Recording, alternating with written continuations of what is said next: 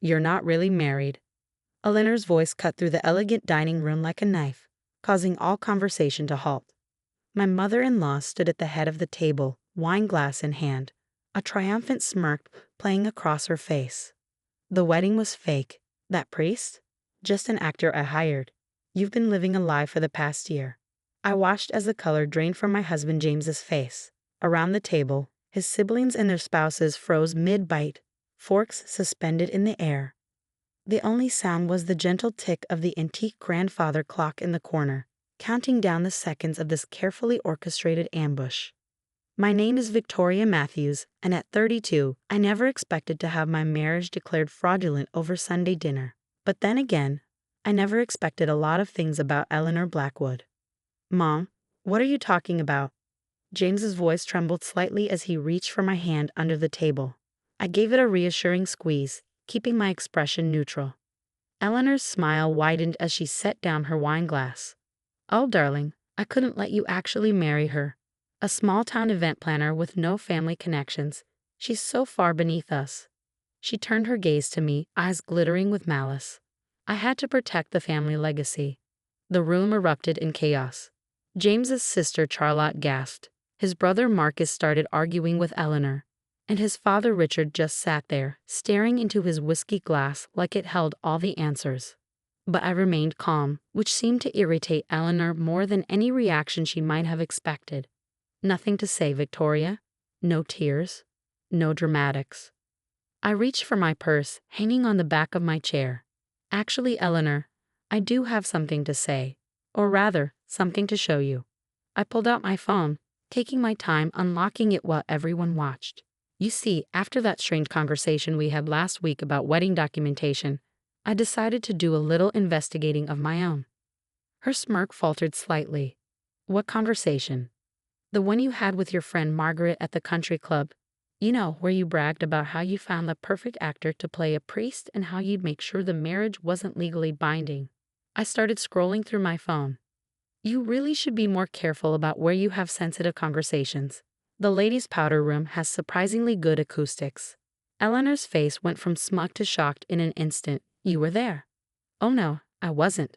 But my friend was. You remember Sophia, the new club manager you were so rude to last month? She happened to be in the stall when you came in. I found what I was looking for and held up my phone. She recorded everything." The sound of Eleanor's voice filled the room, crystal clear. "That little gold digger won't know what hit her. I've arranged everything.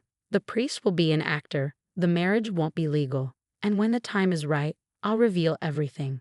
James will have no choice but to leave her." I paused the recording. "But that's not all. After hearing this, I did some checking. Would you like to know what I found?" Eleanor gripped the edge of the table, her knuckles white. "You're bluffing. The real Father Michael Thompson, who you thought was out of the country during our wedding, he wasn't. In fact, he was exactly where he was supposed to be, performing our ceremony. Your actor never showed up because Father Thompson arrived first. The marriage license is completely legal, filed with the county clerk's office the very next day." I pulled out a folder from my purse and slid it across the table. "Here are copies of all the documentation. Feel free to verify everything." The silence that followed was deafening. James picked up the folder with shaking hands, reading through the papers inside. His father finally looked up from his whiskey, and his siblings stared at their mother in horror. But how?" Eleanor stammered. "Did you really think I wouldn't do my due diligence? I'm an event planner, Eleanor. I triple-check everything. When Father Thompson called to confirm the ceremony time, he mentioned that someone had tried to cancel his services and hire a replacement. That's when I knew something was wrong." I took a sip of my water, maintaining eye contact with her. I just needed to figure out who was behind it and why. James stood up suddenly, his chair scraping against the hardwood floor. "Mom, how could you do this? To me? To us?" Eleanor's composure cracked completely. "James, darling, I was trying to protect you. She's not one of us. She doesn't understand our world." "No, Mom, you don't understand. Victoria isn't just my wife. She's the best thing that's ever happened to me.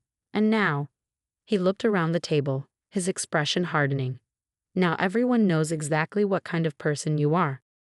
I reached for his hand again, and he gripped it tightly. We had discussed this moment, planned for it. But the reality was still painful to watch. Family was everything to James, and seeing his mother's true colors was devastating. Eleanor sank into her chair, all pretense of control gone. "Richard, say something," she pleaded with her husband. But Richard Blackwood finally found his voice, and it wasn't what she expected. "I think you've said quite enough, Eleanor. Victoria, James, I believe we all owe you an apology." As the implications of what had just happened began to sink in around the table, I couldn't help but think about how differently this evening could have gone if Eleanor had just accepted me into the family. Instead, her attempt to destroy my marriage had only succeeded in exposing her own manipulation.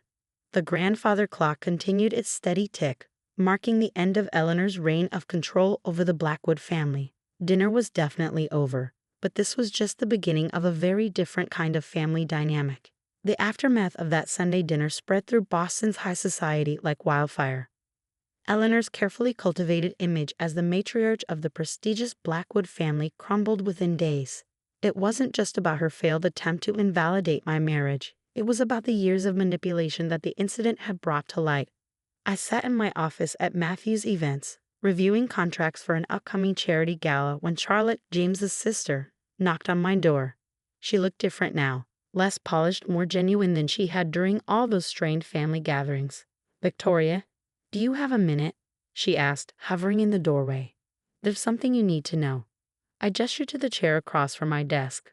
Over the past 2 weeks since the dinner, Charlotte had become an unexpected ally, sharing details about Eleanor's past schemes that even James didn't know about. "Mom's trying to sell the summer house," she said, settling into the chair. "The one that's been in the family for generations. She claims she needs the money for her fresh start, but I found these in Dad's study." She pulled out a stack of papers.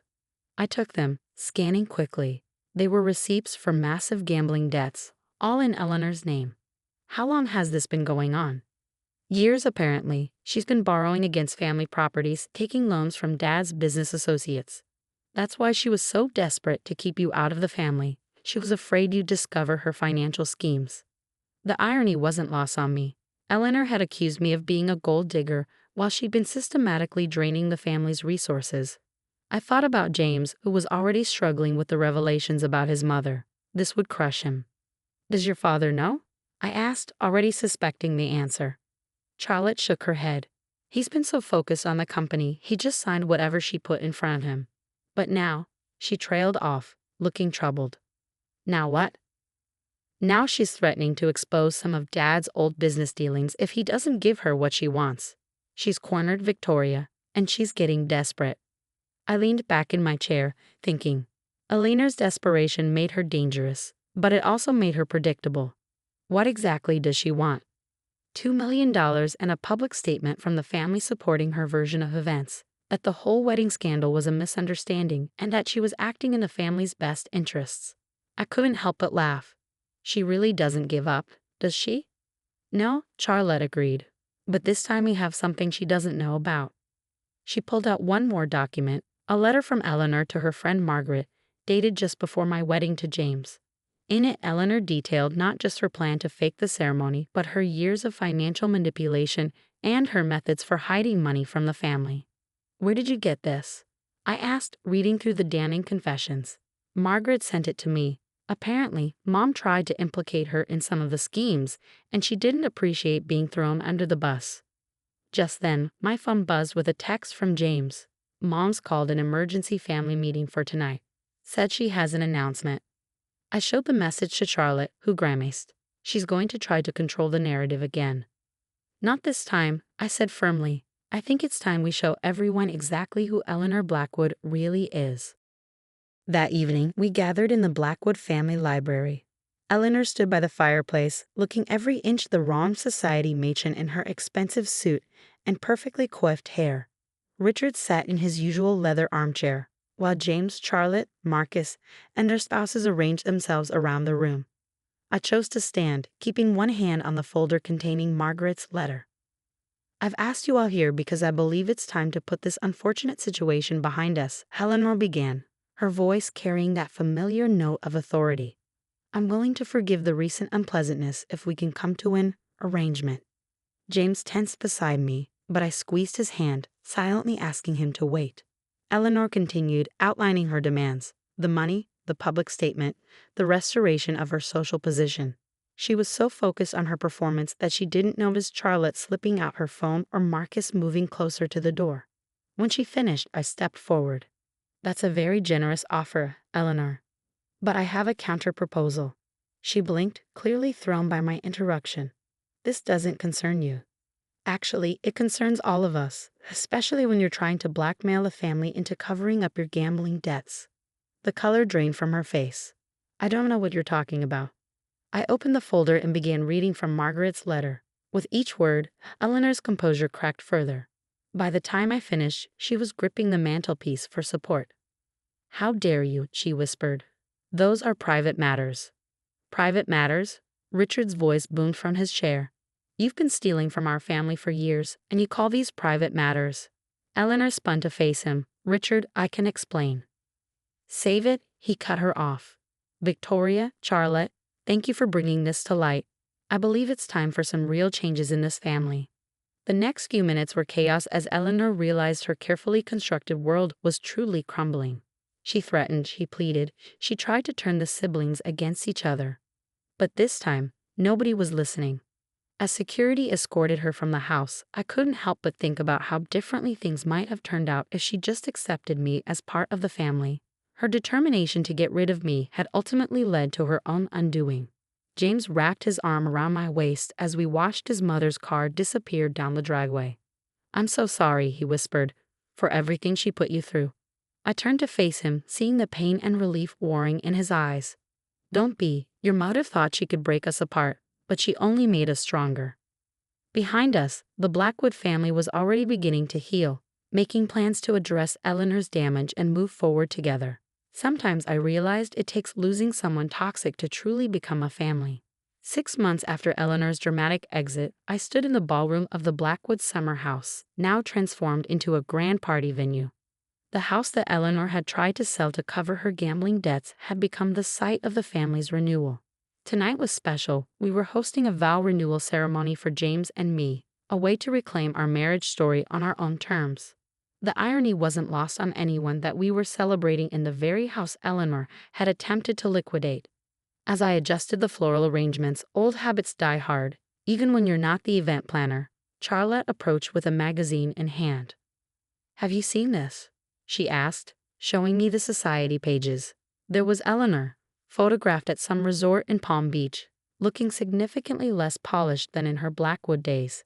The headline read, "Disgraced Boston socialite seen working as resort activities director." I couldn't help but smile. She always did love organizing other people's lives. "Dad's lawyers found most of the money," Charlotte said, setting down the magazine.